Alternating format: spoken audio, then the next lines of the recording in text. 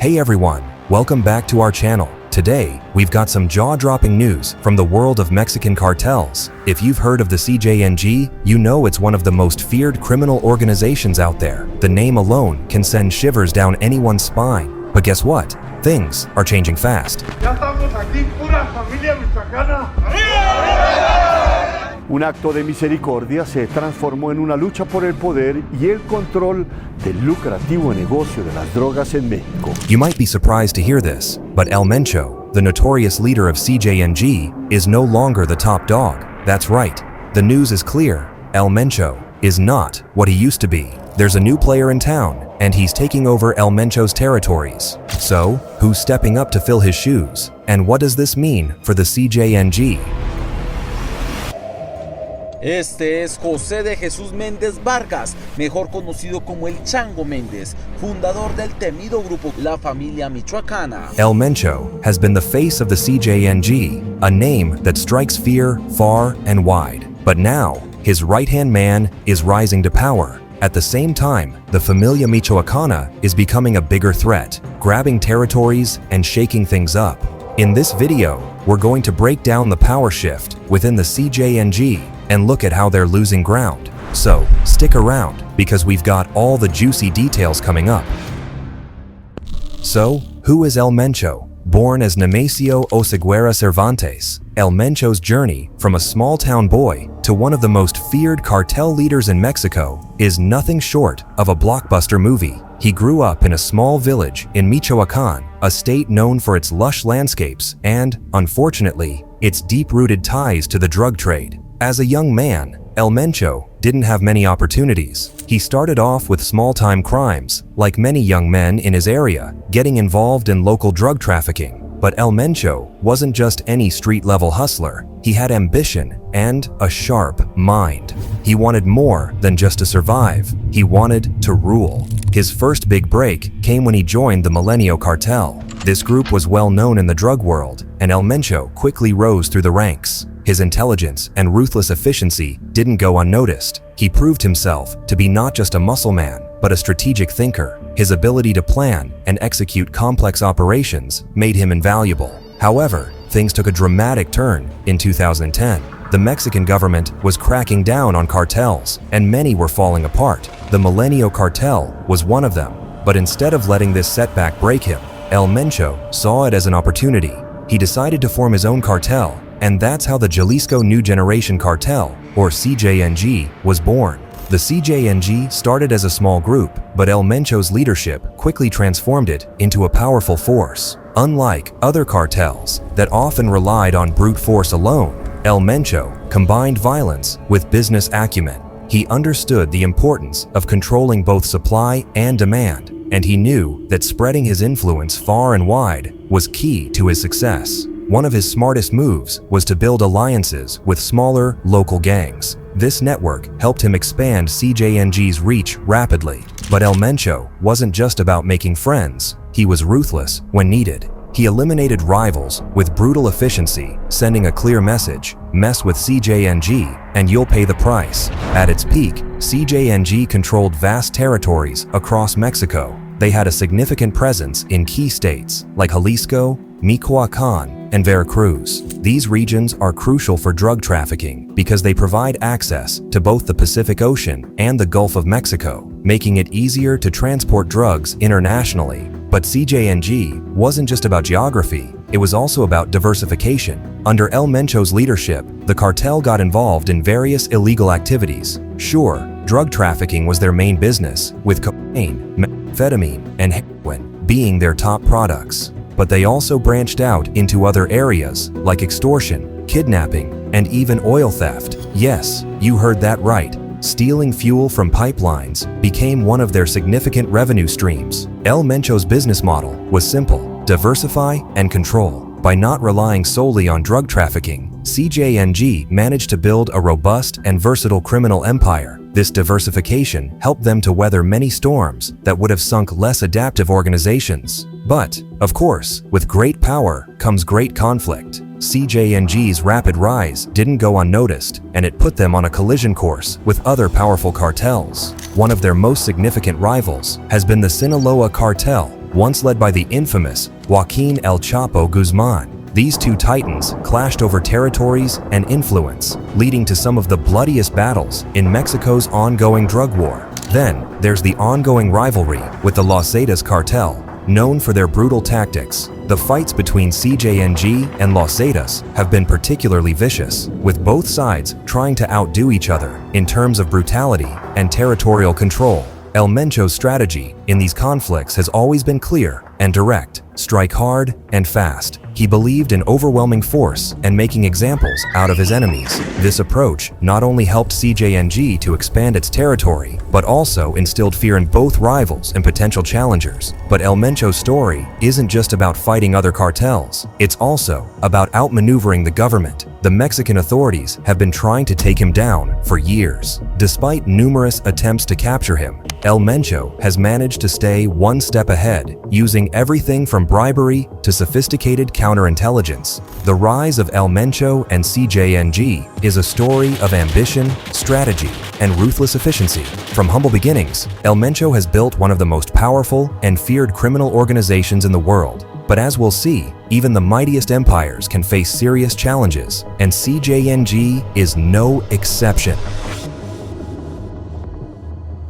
See, these cartels are all about power and control. They're like empires with millions of dollars and tons of muscle on the line. So, when the leader weakens, it's like a shark smelling blood in the water. Everyone who's ever wanted a piece of the pie starts circling, ready to pounce. Now, you might be thinking, isn't there a plan, like a will or something? Well, not exactly. These cartels aren't exactly known for following the rules. Sometimes, the leader might have a right-hand man, someone they trust completely. This guy becomes like the heir apparent, the next in line for the crown. But even then, it's not guaranteed. Other powerful figures within the cartel might challenge him, saying, "Hey, I'm tougher, I'm smarter, I deserve to be the boss." Remember, these are organizations built on violence and fear. So, when a power struggle erupts, it can get brutal. We're talking kidnappings, assassinations, all-out wars between rival factions within the same cartel. It's a nightmare for anyone caught in the crossfire.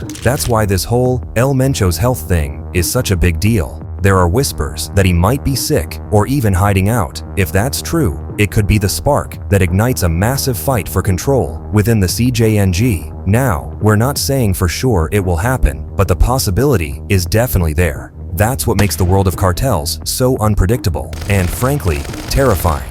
So, what happens when this seemingly unstoppable force meets new threats and internal challenges? Stick around, because the story is about to get even more intense. Somos de la Familia Michoacana. La familia michoacana nace como una especie de autodefensas, que como su principio original era defender a las personas en el estado de Michoacán. Meet El Mencho's right-hand man, the person now at the helm of CJNG after El Mencho's influence began to wane. His name is Alejandro, known for his shrewd tactics and unwavering loyalty. Alejandro's journey into the world of CJNG started years ago, not as a leader, but as a trusted advisor. He worked closely with El Mencho, understanding the intricacies of the cartel's operations from the ground up. Alejandro's background is quite different from El Mencho's. He didn't rise from poverty or street life, but instead joined CJNG through familial connections. His father was a respected member, which gave Alejandro a foot in the door. Over time, he proved his worth, handling critical tasks and earning El Mencho's trust. His role expanded as he demonstrated an astute understanding of CJNG's complex network and operations. Alejandro's ascent within CJNG wasn't just about being in the right place at the right time. His leadership style is marked by a calculated approach, contrasting El Mencho's more aggressive tactics. Alejandro is known for his strategic thinking and ability to forge alliances even in the face of internal dissent. His rise to power symbolizes a shift in CJNG's leadership towards more strategic and diplomatic maneuvers. To solidify his position, Alejandro has taken decisive steps. He began by consolidating support among key factions within CJNG, emphasizing unity and loyalty. The Jalisco New Generation Cartel is known for being aggressive. Led by El Mencho, they use violence, bribery, and alliances to control drug routes across Mexico. CJNG is feared for their brutal tactics to expand their territory and power. Other groups, like Los Zetas and the Sinaloa Cartel, have their own ways too. Los Zetas use military-style operations to control routes and expand their criminal activities. The Sinaloa Cartel focuses on alliances and staying under the radar compared to CJNG's more open aggression. These different strategies affect how drug trade and violence play out in Mexico.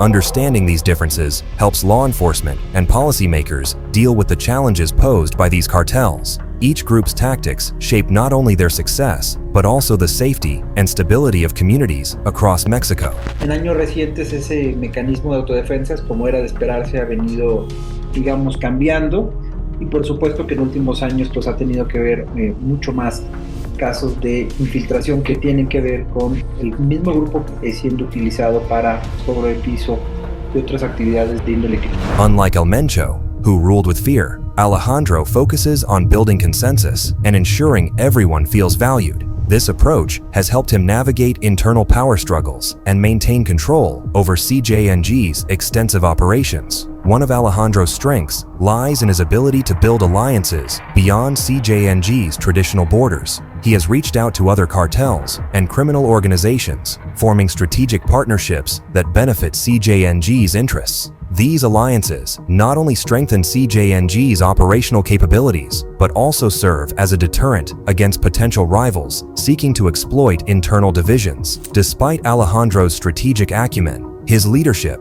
hasn't been without challenges. Internal resistance and conflicts have tested his authority. Some longtime members, loyal to El Mencho, have been reluctant to fully accept Alejandro's leadership, leading to occasional power struggles and clashes. However, Alejandro's diplomatic approach and steadfast leadership have largely kept CJNG cohesive during this transitional period. In every big organization, even in cartels like CJNG, there are different groups or factions. These factions can be like different teams within a company, each with its own leader, and sometimes their own ideas about how things should be run. Inside CJNG, there are several factions, each led by a powerful figure who has their own following. These leaders often have their own territories and interests, which can sometimes clash with others in the cartel. It's like having multiple captains on one ship, each steering in their own direction. Just like in any competitive environment, there's always the risk of conflict. These factions sometimes clash over territory, control of drug routes, or even personal disputes. These conflicts can lead to betrayals and power struggles within CJNG, weakening their overall strength.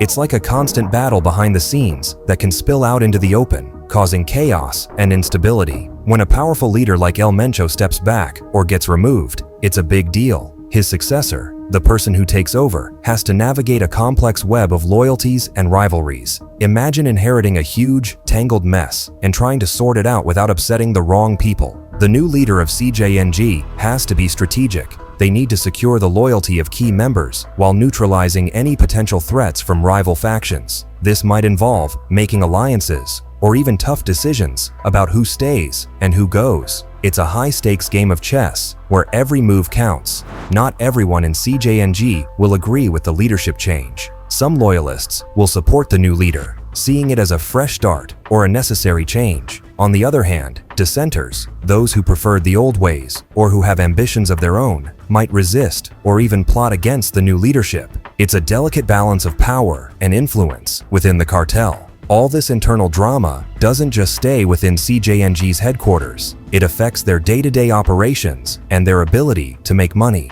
Imagine if the CEOs of a company were constantly fighting. Decisions wouldn't get made, projects would stall, and profits would suffer. It's the same for CJNG. Internal conflicts can disrupt drug trafficking routes, extortion schemes, and other criminal activities, leading to financial losses and instability. Aparentemente, en un enfrentamiento que hubo entre integrantes del Cartel de los Valencia y la familia michoacana, habrían detenido de la familia, habrían detenido a Nemesio Oseguera, alias el Mencho, habría sido escoltado, capturado y llevado a la presencia de Chango Méndez, quien le dio al Mencho un recado a los Valencia. Let's talk about Familia Michoacana, a cartel that's been making a big comeback lately. They've been around since the 80s, mainly in Michoacan. What makes them strong is how connected they are to their communities. Unlike CJNG, who sometimes rubbed locals the wrong way with their aggressive tactics, Familia Michoacana has kept strong ties with the people.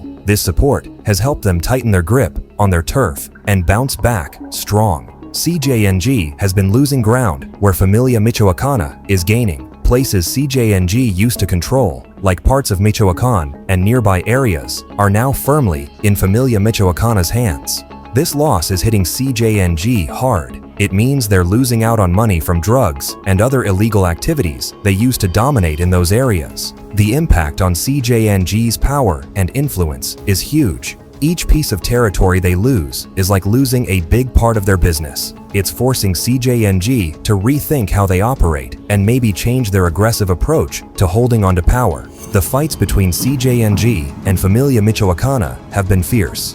Familia Michoacana used smart tactics to outsmart CJNG's bigger, tougher forces. This gave them not just a defense, but a way to push CJNG back and take control.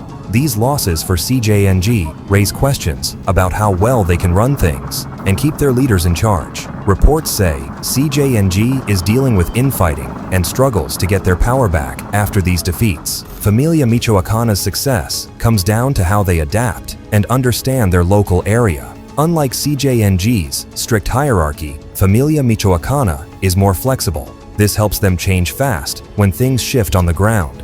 Being nimble has helped them dodge law enforcement and keep their operations secret. This approach makes it tough for CJNG to take them down the usual way, adding to Familia Michoacana's strength and growth.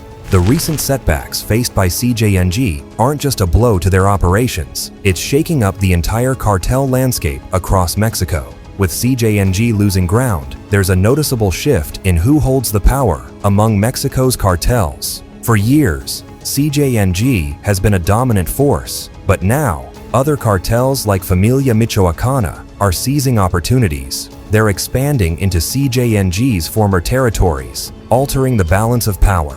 When one cartel weakens, it's not just a chance for rivals to move in, it's a signal for all criminal organizations to reassess their strategies. Rival cartels might ramp up their own operations, hoping to capitalize on CJNG's vulnerabilities. It's a high-stakes game of territory and influence, where every move counts. What does the future hold for CJNG under new leadership?